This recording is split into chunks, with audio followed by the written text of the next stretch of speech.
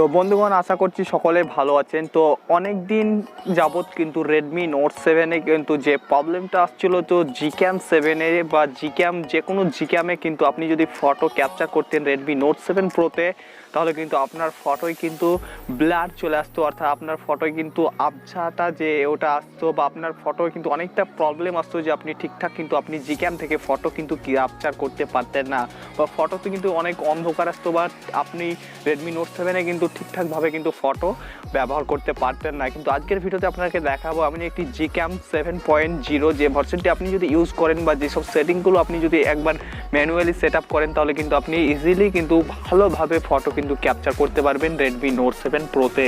তো আমি আপনাকে সেটিং দেখাবো বা কিভাবে ডাউনলোড করবেন বা কিভাবে এটা ইনস্টল করবেন বা কি সেটিংস করলে আপনি ফটোটা ক্লিয়ার আসবে। তো অনেকে আমাকে কমেন্ট করেছেন গ্রুপে যে Redmi Note 7 Pro তে কীভাবে ফটোটা ঠিকঠাক করবো। তো এটা Redmi 5 Plus না, Redmi 5 Plus-এর জন্য কিন্তু অনেক ভিডিও আছে Gcam ইনস্টল করা, আপনি কাস্টম রোম ইউজ করতে পারবেন, কিন্তু স্টক রোম এখন পর্যন্ত অ্যাভেলেবল না। তো এটার অ্যান্ড্রয়েড ভার্সন 9.0 এবং এটা MIUI 11 এ কিন্তু রান করছে Redmi Note 7 Pro। তো আমি ফার্স্ট অফ অল Gcamটা ওপেন করবো এবং তারপর আপনাকে দেখিয়ে দেবো কী কী সেটিংস আপনাকে ইনেবল করতে হবে। তো দেখছেন এখানে Gcamটা আমি জাস্ট ইনস্টল করে নিয়েছি। তো দেখছেন এখানে আপনি পেয়ে যাবেন portrait mode, night side mode, lens blower, অনেক কিছু অপশন কিন্তু পেয়ে যাবেন। সবগুলোই কিন্তু আপনার কাজ করবে, কোনোটাই কিন্তু আপনার জাস্ট বাগস নাই বা কোনোটাই কোনো কিন্তু ইরোর আসবে না বা কোনোটাই কোনো প্রবলেম নাই। কিন্তু এখান থেকে স্লো মোশন পাবেন না, আপনি এখান থেকে দেখছেন সব অপশনগুলো কিন্তু ইনেবল করে নিতে পারবেন। তো ফার্স্ট অফ অল আপনাকে জাস্ট কিছু সিম্পল দেখিয়ে দেবো, যে সিম্পলটা দেখার পর আপনি ইজিলি বুঝতে পারবেন আপনার স্টক ক্যামেরা এবং Gcam-এর মধ্যে পার্থক্যটা আপনার বোঝার পর যদি আপনার ভালো লাগে, তাহলে Gcam 7.0 এই ভার্সনটি আপনারা ইনস্টল করতে পারেন বা ডাউনলোড করে আপনি ইজিলি ব্যবহার করতে পারেন। তো চলুন বেশি দেরি না করে আজকের ভিডিও স্টার্ট করা যাক।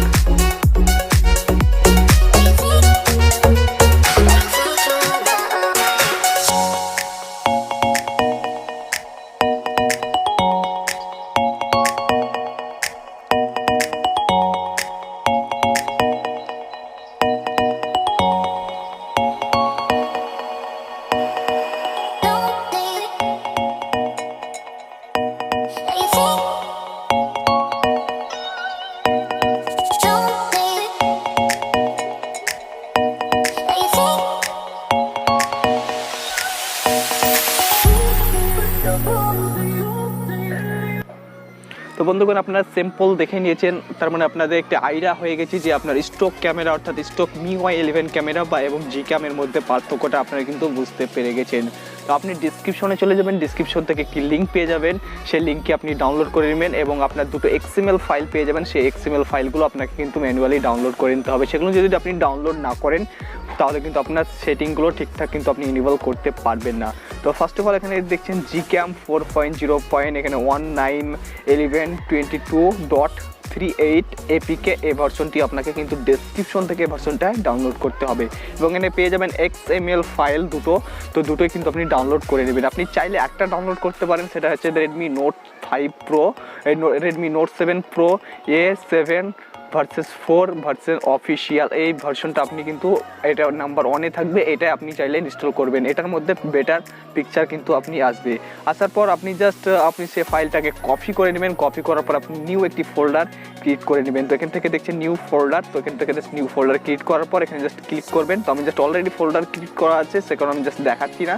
তো ওখানে আপনারা পেয়ে যাবেন Gcam। তো আপনি ফার্স্ট অফ অল দুটো ক্যাপিটাল লিখবেন। তো আমি জাস্ট এখান থেকে আপনাকে জাস্ট রিনেমে দেখিয়ে দিচ্ছি। তো ফার্স্ট অফ অল দুটো আপনি ক্যাপিটাল লিখবেন, G তারপর CAM, Gcam, এবং Gcam-এর মধ্যে আপনি ঢোকার পর আবার একটি 3 লাইনে ক্লিক করবেন, ক্রিয়েট ফোল্ডারে ক্লিক করার পর এখানে বন্ধুগণ এখানে আপনি স্পষ্ট বুঝতে পারছেন config 7 আপনাকে জাস্ট এইভাবে কিন্তু ফোল্ডারটা ক্রিয়েট করতে হবে এবং আমি ডেসক্রিপশনে আপনার জাস্ট এগুলো আপনি দিয়ে দেবো, আপনি সেখান থেকে কিন্তু কপি করে নেবেন।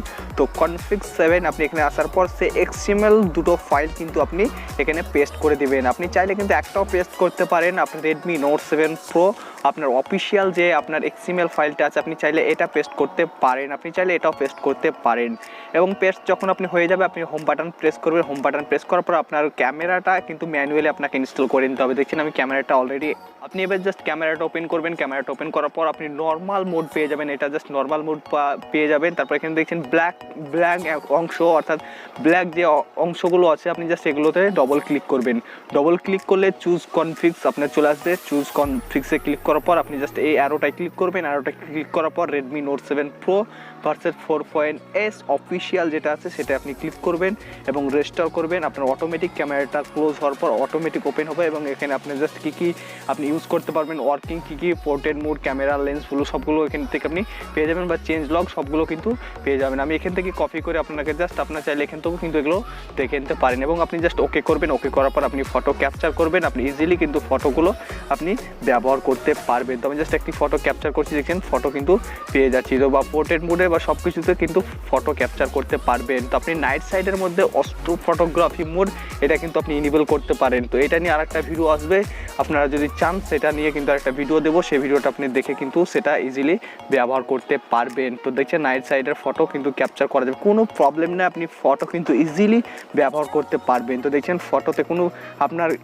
আসবেন, আপনার স্টক ক্যামেরার থেকে অনেকটা কিন্তু ডিফারেন্স কালার আপনি পেয়ে যাবেন, বা আপনার ফটোটা স্মুথ পেয়ে যাবেন, অর্থাৎ দেখতে অনেকটাই ভালো লাগবে আপনার স্টক ক্যামেরার থেকে।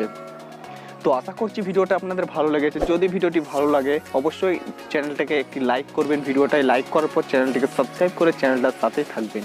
তো সবাই ভালো থাকবেন।